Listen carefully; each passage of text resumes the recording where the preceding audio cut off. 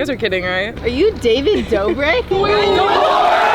I've had this iPhone 6s for the longest time, and I haven't been able to afford to get a new phone. If you're like me and you're obsessed with growing your YouTube channel, ZHC is one channel we need to learn from. ZHC gained 13 million subscribers in 2020. 13 million subscribers is more than Casey Neistat has in total, and he gained this in 1 year. But the big question is, how is this all possible? How did he figure out how to grow on YouTube so quickly? Well, I've spent the last month researching his channel, and I've broken down his success into 3 main factors. If you're new to my channel, I like to talk about big YouTubers and identify the main factors behind their success. So with that said, let's get straight into factor number 1, social hacking. Social hacking or trend jacking is when you make a video about a trend or another famous person. If you go to ZHC's channel and sort by the most popular videos, the first 4 videos are all collaborations with other very famous YouTubers. This strategy is so effective that it's what gave MrBeast, Dream and Eric their start. Dream made videos about finding PewDiePie's Minecraft world seed. MrBeast made videos about how much PewDiePie and other famous YouTubers make. Eric made a lot of videos with the Paul brothers while trying to go from 0 subscribers to 1 million in a single year. It's a tactic every YouTuber and news outlet has used and will continue to use. For someone starting out, getting into people's feeds on YouTube is the hardest thing. That's why all these creators use trend jacking, because it's the most repeatable and convenient way to get more impressions on your videos. And if you get more impressions, you're going to get more views. YouTubers' videos will appear in millions and millions of recommended feeds. So if YouTube decides to recommend one of your videos after that in the suggested or up next sections of YouTube, your video will get way more exposure than if you made a video about yourself. If someone has millions of subscribers, it'll be far more interesting if they're being buried alive than someone who doesn't have that many subscribers. Obviously there's going to be a difference in the quality of the production, but it's also just far more interesting if someone famous is being buried alive than some random person you don't know. These people have earned their following, and it's very difficult to grow a following, so they're just going to be more interesting people to watch than people without a following. But how do you get access to high profile YouTubers to make videos with them? Well, first, you don't even have to have access to them to make videos with them. Plenty of people make videos about other YouTubers and get lots of views. ZHC drew PewDiePie for 24 hours and then posted his picture in the PewDiePie subreddit, which PewDiePie then reacted to.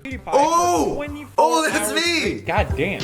The result was 41,000 subscribers in just 1 day. MrBeast is another creator that's a good example of this. For years, he made videos about how much money other more famous YouTubers were making. The best way to get more views on YouTube is to be shown to more people by the YouTube algorithm. There are different ways that people try to get shown by YouTube. Some people use search. This is where you use keywords that people are searching on YouTube and try to rank high on these search terms. But what ZHC was doing by making videos about drawing other famous YouTubers was getting shown in the suggested tab on the right of the screen when you watch a video. When someone is watching a video by a YouTuber, YouTube suggests videos that are similar to the one that they're watching, and YouTube assumes that a video about the person they're watching is something they would like to watch next. This is why making videos about other YouTubers works so well, because your videos will get a lot of impressions from appearing in the up next or suggested video sections on YouTube for people watching these YouTubers. An impression is just what YouTube call it when they show your video to someone for more than a minute. So if they show your video to more people, you'll get more views. It's the same way if you advertised your video on a billboard. More people would know about it, and then more people would look it up. But instead of paying money to advertise your video, you can just try to make better videos, or videos that YouTube is way more likely to suggest. That way you don't have to pay YouTube to show it to more people. YouTube would just show it to more people so that they can play an ad in front of the video. If you watch either of these 2 videos made by YouTubers with over 1 million subscribers about whether or not you can grow a channel on YouTube quickly and easily, they both made videos where they talked about other famous streamers or YouTubers, and both videos got well over 1,000 views on a brand new channel that had no content on it before. So how can you get a high profile YouTuber in your video? Well, for ZHC he spent 24 hours drawing a mural of MrBeast. You need to realize that a big YouTuber is asked by hundreds if not thousands of people a day if they'll be in their video. So you really need to set yourself apart by doing something that they want or will benefit them in some way. For ZHC, this piece of art is really cool, so it makes sense why MrBeast would want it. You can also try to solve a problem for them. Take Matthew Beam for example. He was a YouTuber with only 20,000 subscribers, and he managed to collaborate with MrBeast. Matthew customized a car with Beast Burger's logo. This was free promotion for MrBeast, so it's a no-brainer to say yes, since he doesn't even have to leave his house and he gets to promote his company. This way MrBeast gets something in return for spending some of his valuable time helping Matthew Beam grow his channel. Getting your videos in front of people is only one piece of the puzzle. There's no point in getting your video in front of lots of people if no one wants to ever click on it. The way that ZHC manages to get so many people to click on his videos is because he uses ideas that are shown to work. One of ZHC's first biggest videos was when he drew MrBeast for 10 hours. You can see he was heavily influenced by MrBeast. It's not that he copies MrBeast, he puts his own spin on it, which is key to making building a successful channel. People don't want to watch a clone copy channel, since they can just watch the original channel where the content is just going to be much better. But what ZHC does really well is to identify what types of videos work for Mr. Beast, and then to remake similar videos, but with his unique style of videos onto that idea. Anything that you can fit into a circle, I'll customize. Is very similar to Mr. Beast. Anything you can fit into a circle, I'll buy. It's just so smart to do research on what is working well on YouTube and figure out how to make it your own. Most of the other channels that replicate Mr. Beast often do nothing unique to separate themselves. And this is why other channels that are inspired by Mr. Beast don't gain 13 million subscribers in a year, whereas ZHC does. Studying what works on YouTube, both from your analytics and going through other people's channels, is pretty important if you want to grow your channel. The amount you can learn from looking through other channels and seeing what worked and what didn't work, and then comparing this with 100 other channels, teaches you so much about what works on YouTube. It's hard to figure out what will work for your channel if you're only posting videos every couple of weeks or months. ZHC was posting a lot and frequently and wasn't really getting anywhere for a long time until he posted this video where he tried to redraw his friend's drawing in his own unique style, and this video popped off. This was his first video to do really well on his channel, but the thing is he had tried a lot of different types of videos and had just posted 90 videos before this one, and none of them had worked that well. But he didn't give up, he just kept trying, failing, learning a little bit, and trying again. There was a point where ZHC was posting once a day. When you post this much, it's hard not to figure out what sort of content people enjoy and watch. If you never post, you'll never get any feedback that matters, like comments from people who don't know you and aren't afraid to be hard on you. And when you post a video you thought was good and the video does really poorly, this will teach you far more than anything you can ever read or watch about growing a channel on YouTube.